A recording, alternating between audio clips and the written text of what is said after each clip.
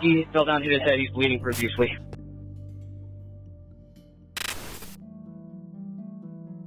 We were clearing the area, trying to get people to comply with heading home.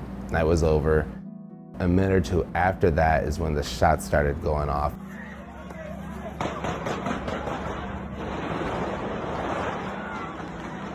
And people started scattering in all different directions. The shooting left 6 dead and a dozen more injured. Downtown Sacramento went into panic as one of the deadliest shootings in Sacramento's history was unfolding. But to staff of popular K Street bars, the victims were familiar faces, even friends. One of the young ladies had been in the week before. Another of the young ladies who lost her life, who's an innocent victim, and it had been in the night before. So that kind of hurts. Even those linked to the shooting had been at his bar 45 minutes prior to shots being fired. And one of the things that officers saw when they were reviewing the video is they saw that one of the people involved left at like 1:15. Another one left at like 1:20. His security footage is part of the investigation and why we couldn't obtain this video. But what Ken saw sticks with him to this day. People, hiding on our video and everything. You could see them hiding behind trees, dropping to the ground, just laying flat, trying to make sure they weren't hit. Business did not recover for months. And I don't think K Street really started to recover until probably mid-August. A struggle on top of a tough couple of years. COVID hurt many K Street businesses. K Street has so many vacancies. The block over from us between 9th and 10th, I think there's one business open after 9 o'clock at night, which means there's no lighting up and no positive energy to help with the environment at night. A lack of lighting has also been an issue. It was a concern voiced in reoccurring meetings held after the shooting.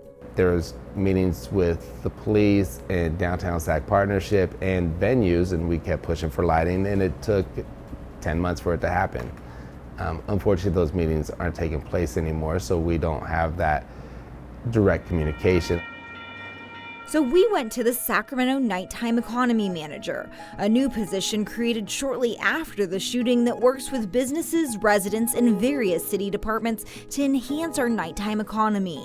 And it's something that unfortunately kind of ebbs and flows when I first started doing this job. She says the city has hired consultants to do an assessment of K Street. And what that is really identifying our challenges and opportunities and seeing what we can do. We're getting a lot of feedback from different people, but we do need to do some things with our vacant spaces. She's looking to use vacant locations as venues for live music, which would be really exciting because that adds vibrancy to the area, but it also helps our creative economy. But businesses we spoke with that did not want to go on camera told me they believe the city is not doing enough.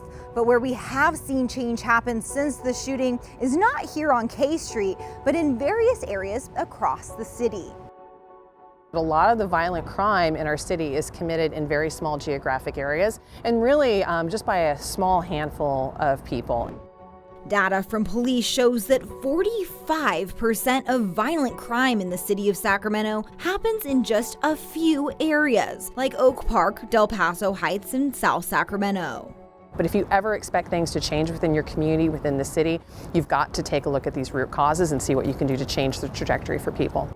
That's why when she took over as chief, right when the K Street shooting happened, she decided to take a new approach.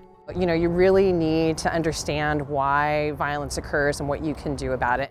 She and Sacramento police have targeted these areas to truly understand the causes behind violence there and are working with organizations in these communities to address issues.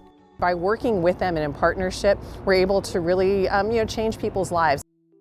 One of Sacramento Police's community partners is Brother to Brother, an organization focused on gang violence prevention and intervention. If you think about it, since that shooting, there hasn't been a lot of gang violence throughout Sacramento. And that's a direct result of this collaboration.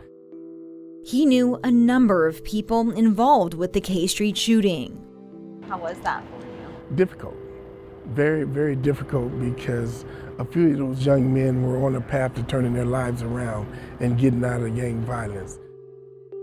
It's why he calls Chief Lester's approach brilliant, in that it redefines public safety to involve organizations like his. People in every neighborhood that are respected by their neighborhood, they're known in their neighborhood, and it's always easier to allow those people to be mediators, so to speak. And to get to the root cause of violence in hopes of preventing violent shootings like the one that happened here on K Street far before they ever happen. It's been a great collaboration because now we're teammates with law enforcement. It's a collaboration he believes is working. And the hardest thing about that is when we're successful at doing what we're doing, nothing happens. So how do you celebrate nothing happening? But celebration also comes in the form of safety. Put simply, should people feel safe coming to K Street, especially at night?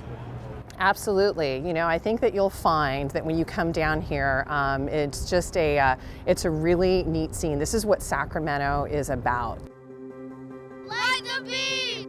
And it really makes us a very unique city. It is what makes Sacramento, and Sacramento isn't Sacramento without the people. But for those that were there a year ago and witnessed the K Street shooting, the images of that night are still present. I've seen fights, seen unfortunate events, you know, someone gets stabbed or someone gets shot. But this is the biggest one-time event that took place. He hopes people and city leaders will keep victims of that night in their memory while they work to make K Street a place to enjoy.